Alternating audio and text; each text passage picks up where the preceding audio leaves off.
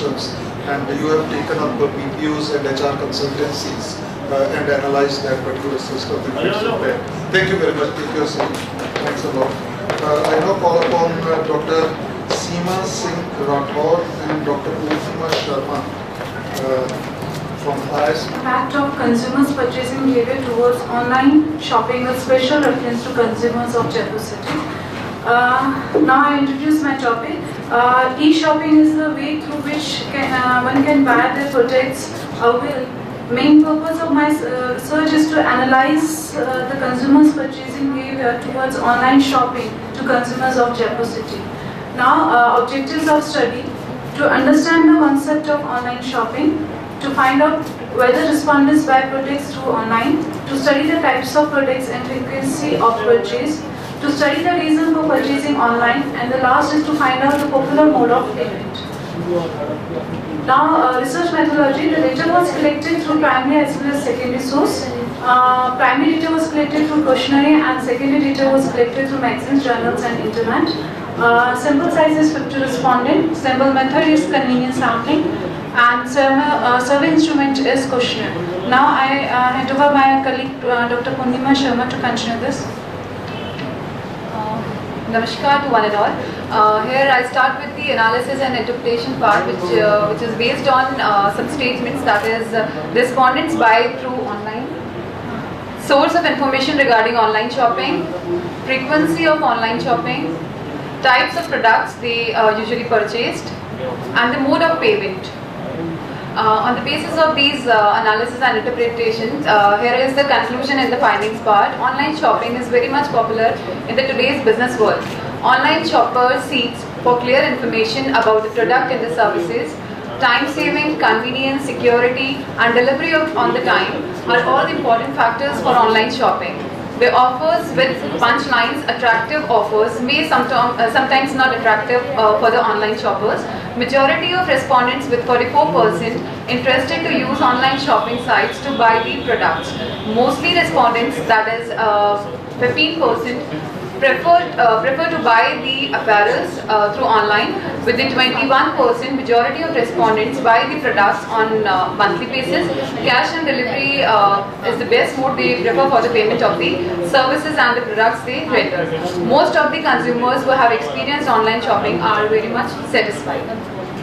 Here are some suggestions that our consumers should be educated on online shopping procedures with proper steps to be following while online shopping. Transactions should be safe and proper security should be assured to the people making online purchases.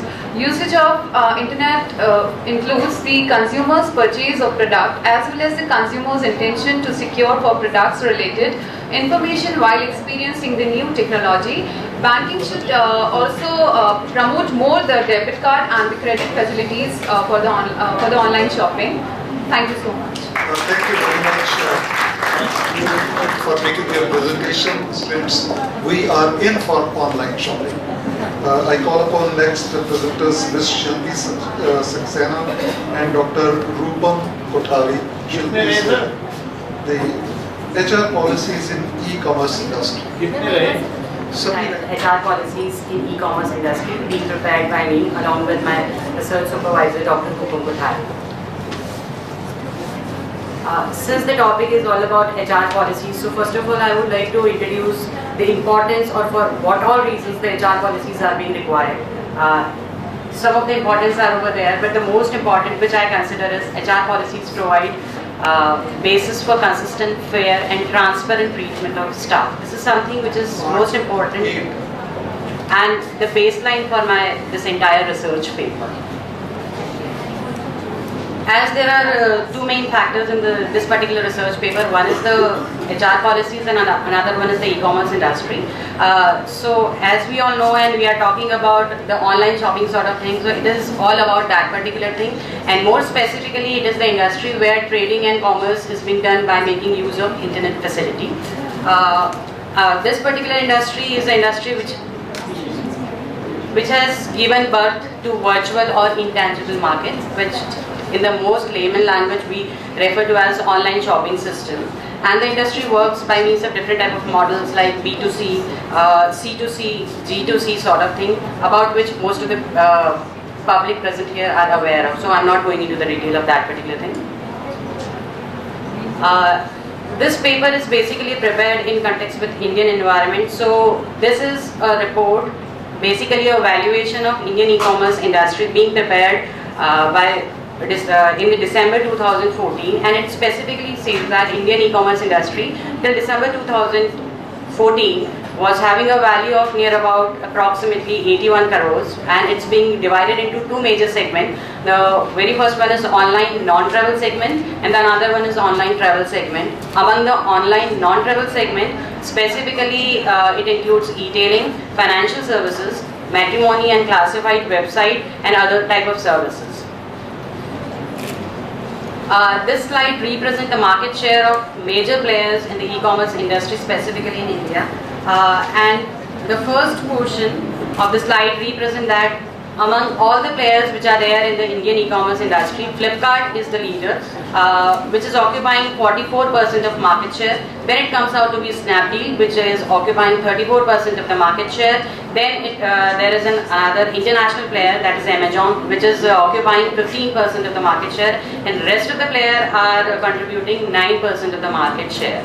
Another portion of the slide represents product-wise breakup of the Indian e-commerce market, among which it is being revealed from the slide itself that 51% of the market is earning revenue by means of sales of electronic product and appliances online.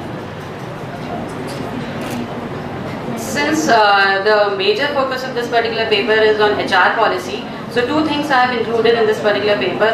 The first one is the recruitment, and then the innovative HR policies. From this particular slide,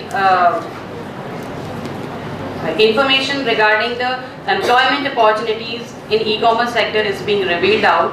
This is basically a data which is being generated in the year 2014, and it clearly represents that the intake capacity of e-commerce firm, which was there in 2014, and the expectation forecast which they have made for 2015, it is just being doubled out. So this way it is being represented that e-commerce industry is not only the industry which is earning revenue in larger amount, it is also at the same time it is also providing a good number of employment opportunities. This is a news clip of the year 2015 itself, which shows that whatever intake capacity was there in 2014, now presently in 2015, 1,000 senior level executive employment opportunities are there in the e-commerce market. These are some of the innovative HR practices or the policies which are which Indian e-commerce player in the Indian market are practicing. The first among them is EOSP, which stands for Employee Stock Option Plans.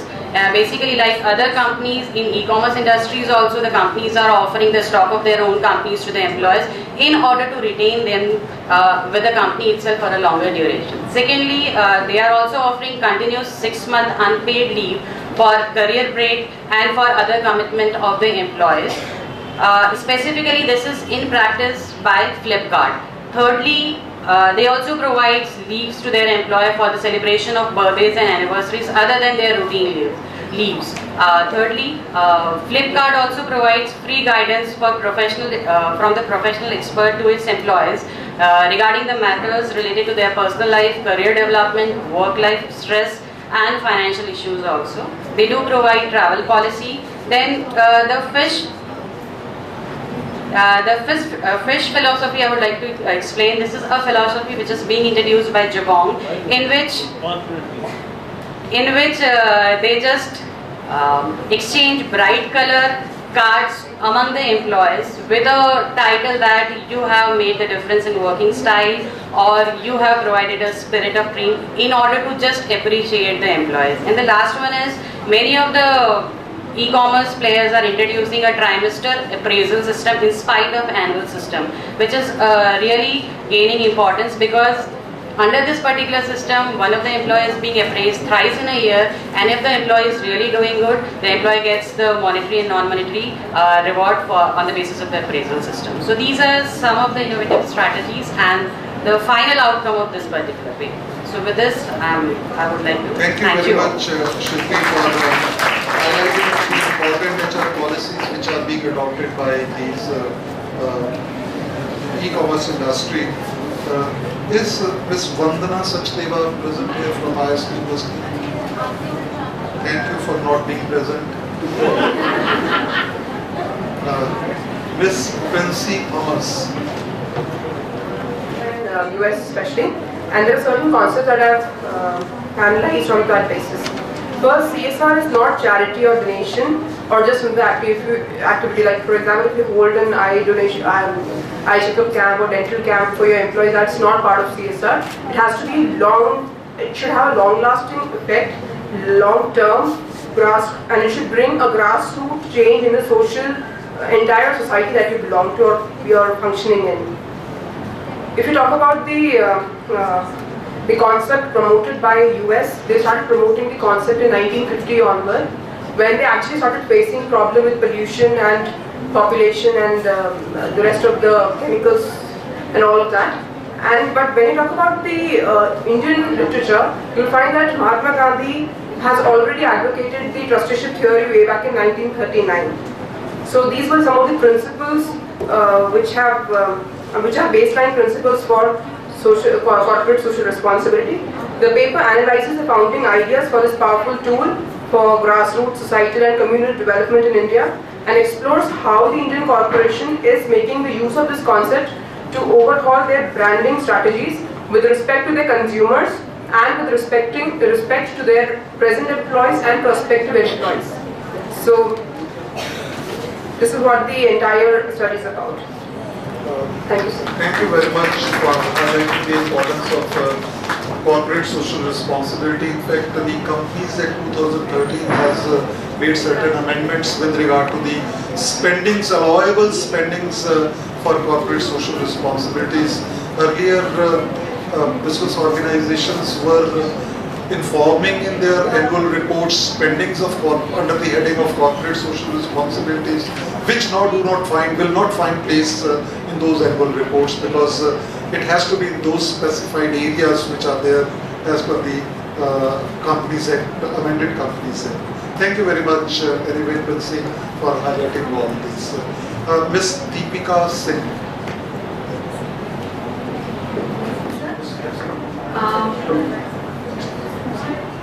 The paper that I worked on is Ecotourism, Sustainable Development of Tourism. This is a relatively new field as far as tourism industry goes, and the reason I've taken up this particular topic is because this is one industry on which Rajasthan thrives. And in fact, India as a destination, there's a lot of foreign exchange earnings, and we are an established country which is promoting tourism in a big way. So having sustainable development in this field is absolutely must. Next, please. Next, please.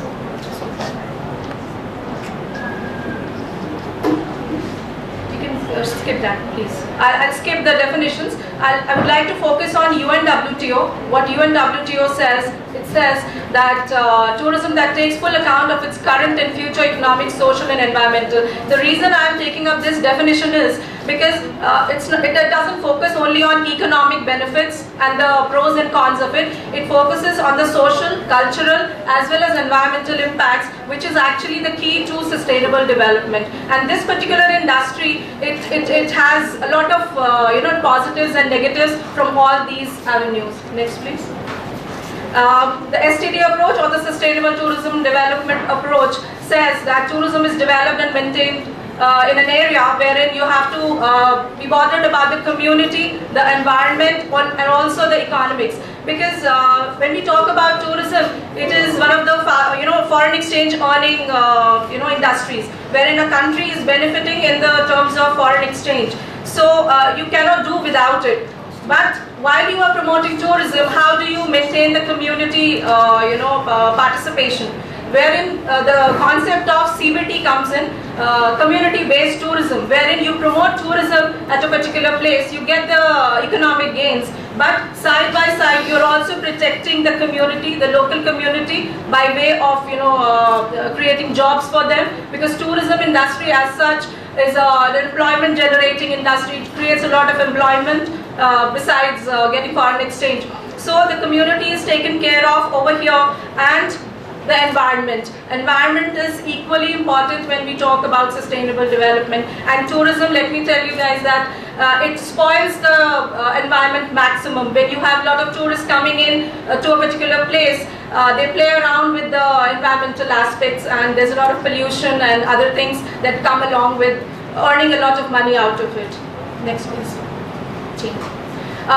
There's one thing I wish to mention over here, that when we talk about sustainable development of tourism or ecotourism, we are not talking about any new kind of tourism. We are talking about the tourism that is existent, maybe mass tourism, which is actually very, very negative for the local community. But we are talking about tourism, changing the ways of promoting tourism, be it mass tourism or any other tourism. We have to put in certain inputs in a way wherein we can promote that tourism, but in a sustainable manner. Now these are some dimensions of STD. I will not go through the details, but this is what STD approach is all about. You're talking about developing human beings, human development. Then in the center you will see you are promoting tourism, adding to your economy in the way of employment generation and also foreign exchange. But you are also protecting the culture, the society, because it is again being affected by the influx of tourists, and also the government, the country on the whole. Next please. Next please. Now these are certain principles on which three, like I've been talking about, that it talks about ecological sustainability, social and cultural sustainability, and economic sustainability. Next please. This is the relationship wherein I tried to kind of merge all three in the form of a Venn diagram, how all three go together hand in hand, so that a country can kind of earn maximum out of this approach. Next please.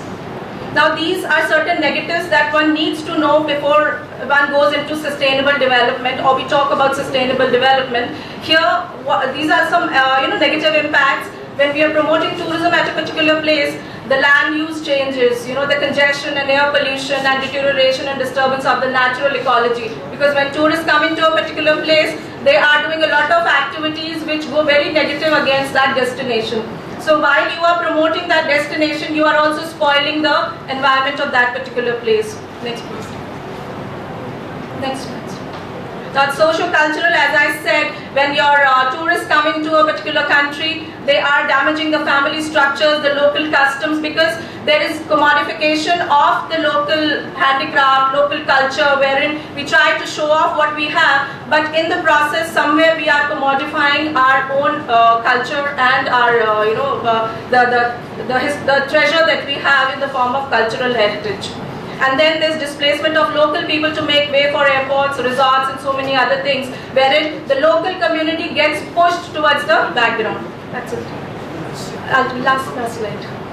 I'll just sum up. The only way to kind of contradict and take care of our destinations is going for green tourism or ecotourism, which is green is actually nature-based tourism, and ecotourism is wherein you protect your environment, your socio-cultural heritage. Say for example, in Rajasthan we are promoting rural tourism. Rural tourism is a wonderful example of sustainable development of tourism. These are some solutions which my study kind of propagates. That's it. Thank you very much, Deepika, for highlighting the importance of ecotourism. No doubt, when we wish to promote tourism, it brings income, revenue to the country, to the people who are associated with the tourism industry, but at the same time it also brings destruction to the environment. It needs to be regulated, balance has to be struck somewhere. Like for example, in case of Bhutan, which is a very tiny country, having highest human happiness index in the world, striving only on tourism, but having regulated tourism in the country. They want footfalls within the country on a regulated basis rather than at one particular point in time. So they monitor the number of inflow of tourists in that particular country and give visas accordingly. Otherwise they don't give permits to enter the country, because because they are striving on tourism, they want to sustain in long-term time basis itself. So that is the strategy which any country has to find out in order to have a sustainable tourism, develop tourist spots, but ensure that the fragility of those tourist spots, the fragility of that environment, that is protected. Thank you very much. Ms. Karishma for next presentation. And probably this is the last presentation.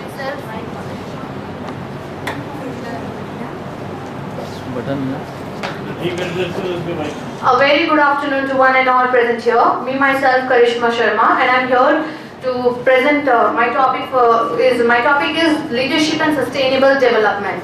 Sustainable development is a development that meets the need of the present without compromising the ability of the future generations to meet their own needs. In order to truly create a change in the world, it is very much essential to create and nurture sustainable development. Sustainable development is only possible through the empowerment of sustainable leadership. Now, while the modern concept of sustainable development is derived most strongly from the year 1987, sustainable development of leader is the ability to organize the principle for sustaining finite resources necessary to provide for the needs of future generations of life on the planet. Now, some organizations where leaders are good, effective and efficient recognize that they do not have all the answers and are constantly re-educating themselves on business and sharpening their leadership skills. Now, however, the question of sustainable is a growing concern in leadership. It is not enough to have one leader in an organization. It is not, but rather generation of good leader is required to make the change happen. In today's era, the success or failure of an organization can largely be attributed to its leadership. Thus, having the right kind of leadership to enable the organization sail through good and bad time is highly crucial. For this purpose, many organizations have come up with exclusive leadership development programs, and my research paper is undertaken by some exemplary organizations in India. It aims to identify challenges in the process of developing leadership for sustainable development. This study is based on the secondary data, and it is collected by reviewing various online research papers and newspaper articles, books, magazines. That's it. Thank you. Thank you very much for presenting your paper on leadership and its impact. In this, is there any other presenter who would like to make the presentation? Any questions from the audience? Thank you very much.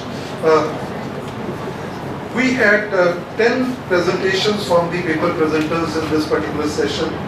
6 presentations were on ICT related topics, information and communication technology related topic, which each one of them highlighted the importance of information for sustainable business growth and the need of information to come up with the right kind of innovative policies, right kind of marketing strategies, right kind of human resource strategies in the organization, right kind of financial management, operations strategies or overall business strategies. There was one paper which was in the area of accounting policy, which talked about fair accounting policies. One paper was on corporate social responsibility area.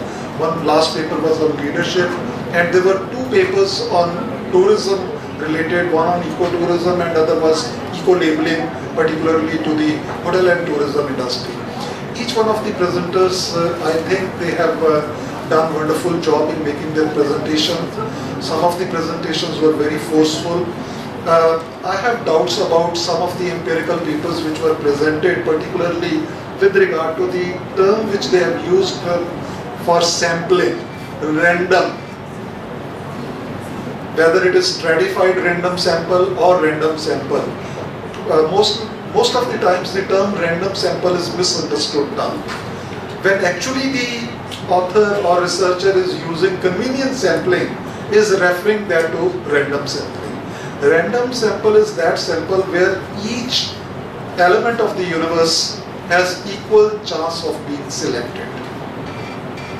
It is not like that you go to the organization and anyone who comes across you, you pick up that particular person as the respondent and you term it as a random sample.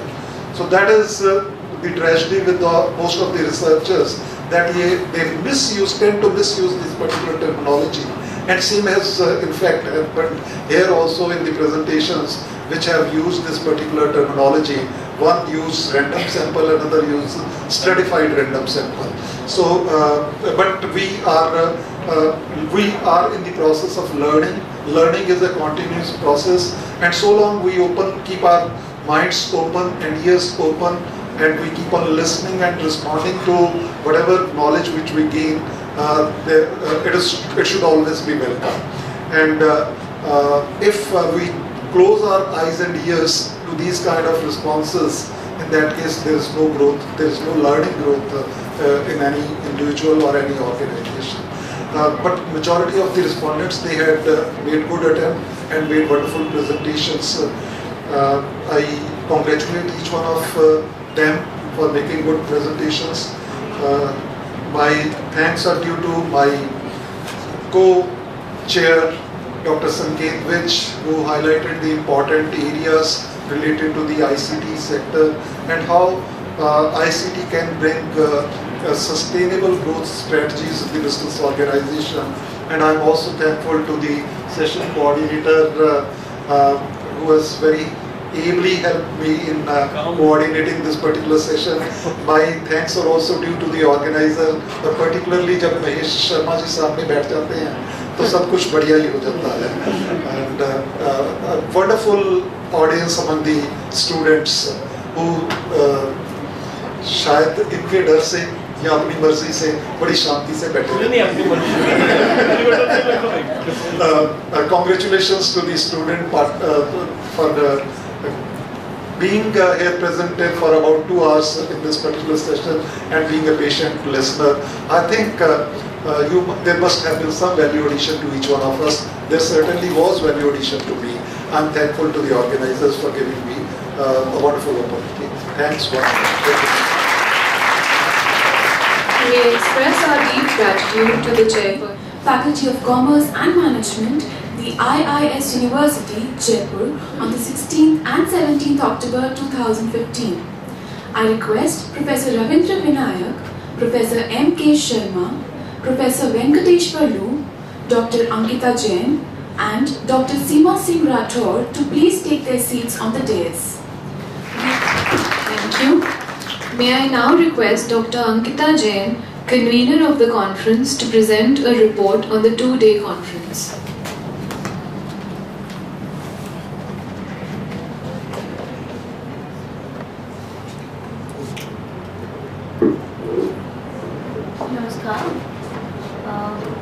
The Department of HRM and IB organized a 2-day national conference on sustainable growth of business strategies and challenges. The objective of the conference was to bridge the gap between industry and academia for achieving sustainable business growth and to explore contemporary issues related to HRM, marketing, finance and allied areas. In all, 197 registrations were received, which included participants from Assam, Chennai, New Delhi, Jharkhand, Madhya Pradesh and Andhra Pradesh. The inaugural session of the conference was graced by luminaries from the field of education. Padam Shri Professor Sukhdev Thorar, Chairman, Indian Council for Social Science Research, New Delhi, delivered the keynote address. Dr. Ashok Gupta, Vice Chancellor, the IIS University, Dr. Rocky Gupta, Registrar, the IIS University, Professor M.K. Sharma, Dean, Faculty of Commerce and Management, Dr. Subhash Garg, Dean and Director, CRIT, the IIS University, presided over the inaugural ceremony. Eminent academicians and industry experts from various institutions of repute from all over India, like Professor H. Venkatesh Pallu, Osmania University, Hyderabad, Professor B. Ramesh from Goa University, Professor H. K. Singh, Maharshi University of IT, Lucknow, Professor Ravindra Vinayak, Delhi School of Professional Studies and Research, New Delhi, Professor Sanket Vij, Mahila Vishwavidyalaya, Haryana, Dr. Arvind Kalia from Patrika Group, Professor Somdev, Professor Anil Mehta, Professor R.K. Chandak from University of Rajasthan, Mr. R. Giridharan from Reserve Bank of India, Mr. Kishore Chainani, Vice President from JEPACT, were the resource persons for the various technical sessions. These experts apprised the participants on various issues like innovations and diversity, changing scenario of HR in India, talent retention, financial inclusion, financial market innovations, marketing innovation, green consumerism, sustainable transformation, strategies and challenges in ICT, green ICT applications, and e-innovations for sustainable growth of business. In all, 57 presentations took place in the conference.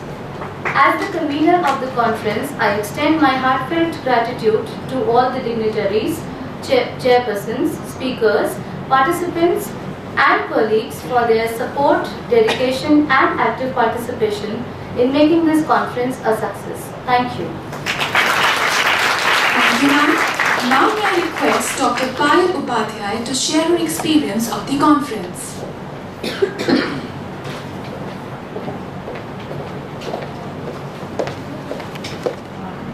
The keynote speaker and the distinguished guest who is. This is very good opportunity to all the academicians, the scholars. The IIS has given us a platform to share our views, ideas, opinion, and there are so many topics. In fact, the topics are related to the marketing, HR, finance, and the people are come across the India. It is really a very good platform for us, and this is a 2-day session, and the sessions are very interactive, and I'm very much thankful to IIS University. The young achievers are also showing their presentation of this conference. Thank you so much. Thank you. Honorable Professor H. Venkateshwarlu, Professor M.K.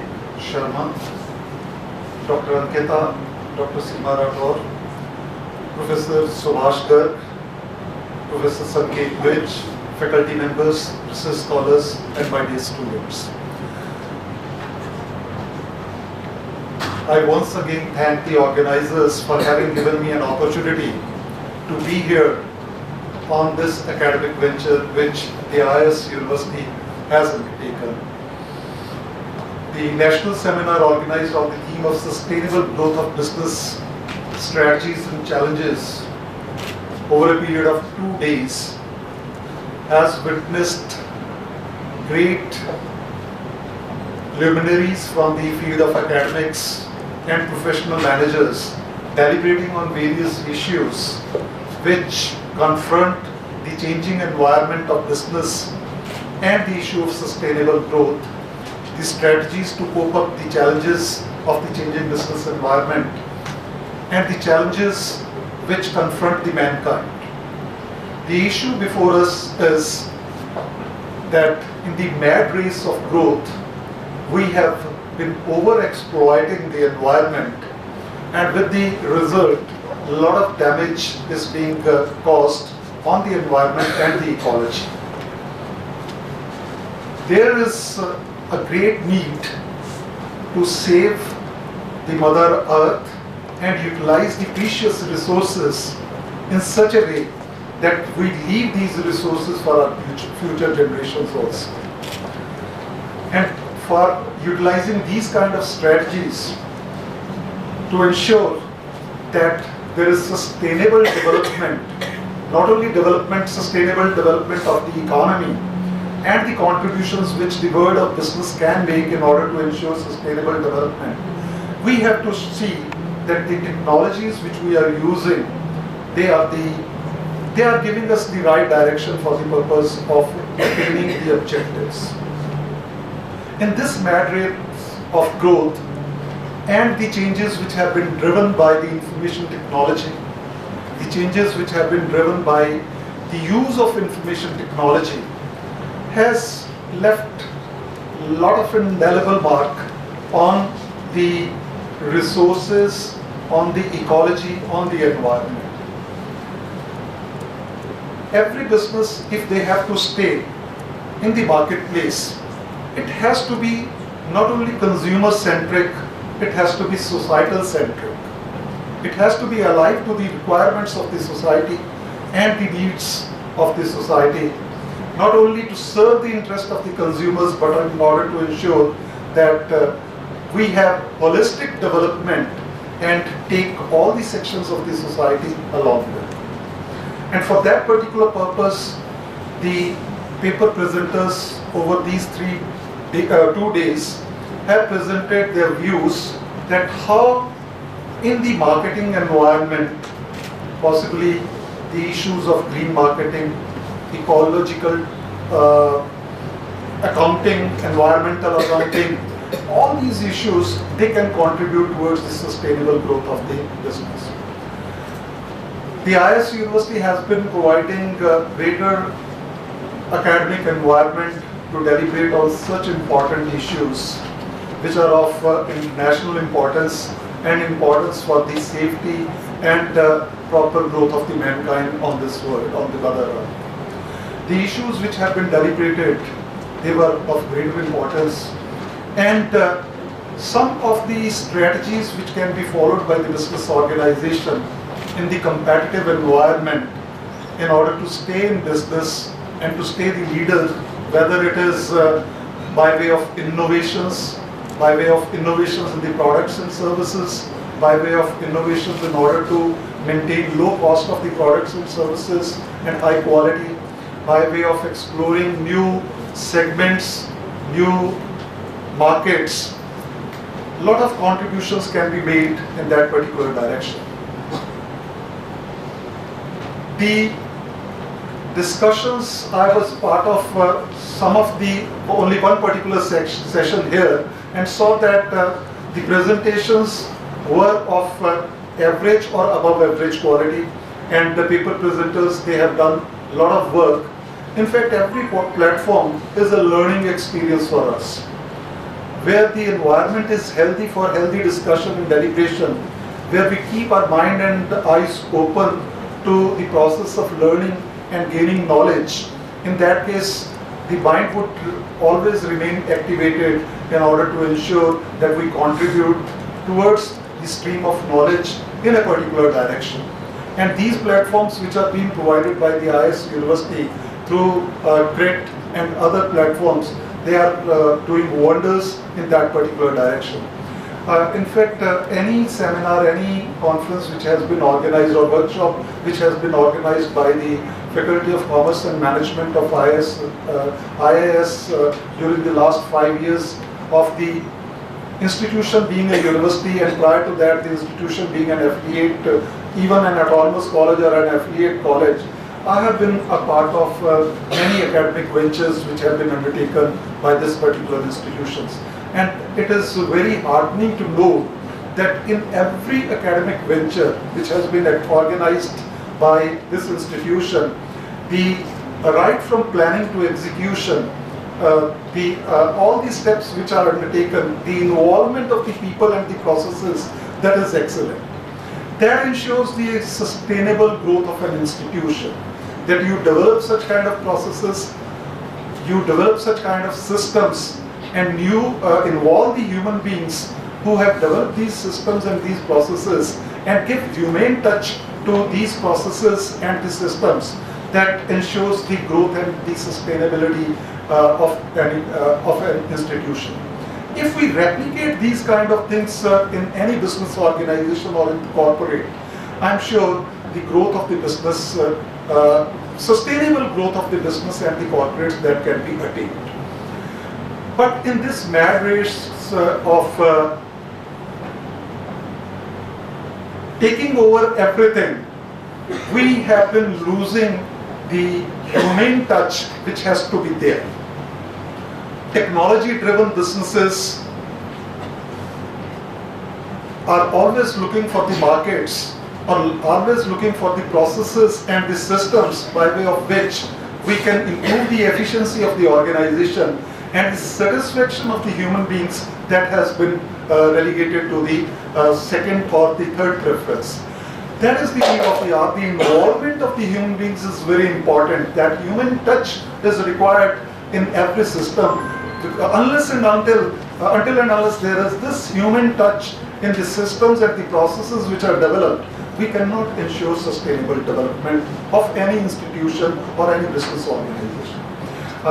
With these words, I once again thank the organizers for providing each one of us such a beautiful platform for academic learning and for academic development. Thank you very much, and I congratulate each one of the participants who have prepared their academic papers, research papers for this particular national conference organized by IIS, and has put in a lot of labor in preparing those papers and making beautiful presentations. Keep the good work going. Thank you very much. Dignitaries on the dais, deans, professors and all the participants, I deem to honor and privilege to propose a formal vote of thanks on behalf of the IIS University at the validation ceremony of the National Conference on Sustainable Growth of Business Strategies and Challenges. At the outset, I would like to thank Professor Sukhdev Thorat, Chairman ICSSR, for very kindly agreeing to deliver the inaugural address. I convey my heartfelt gratitude to Honorable Vice Chancellor Dr. Ashok Gupta and Rector and Registrar Dr. Rakhi Gupta for their constant motivation and wholehearted support which enable us to organize this event. I am also grateful Professor M.K. Sharma, Dean Faculty of Commerce and Management, for guiding us to make this event a success. I would also like to thank Professor Subhash Garg, Dean and Director, CRIT, for his meticulous planning and attention to detail which has helped us initially to pull off an event of such stature and magnitude. It is with a deep sense of gratitude that I thank all the invited speakers and proper paper presentations whose talks and presentation I'm sure have exposed us to the strategies and challenges for attaining the sustainable growth. I would also like to thank Professor Ravindra Vinayak, Professor Venkateshwarlu, Professor Sangeet Vish for assigning our request to preside over us the validation ceremony, and also acknowledge the presence of 190 participants, which has boosted our morale tremendously. And last but not the least, I would like to thank Dr. Ankita Jain, conference convener, and the entire organizing team for organizing this event successfully. The smooth conduct of the event would not have been possible without the team spirit of all the faculties, members of the university, students, volunteers, research scholars, and technical and the support staff. I would also like to thank all the sponsor Kiran Jewellers and Imperial Farm Buraj Bagh for their financial support in organizing this event. Lastly, I thank all the media persons whose ample coverage of the conference will bring this contemporary issue closer to public interest and notice. Thank you all once again. I'd like to thank all our eminent guests, speakers and delegates for taking out some of their valuable time and sharing it with us. It is your active participation that made this conference a success in attaining its aims and objectives. Hope you all had an enriching experience. Thank you all once again. Participants and presenters are requested to collect their certificates from the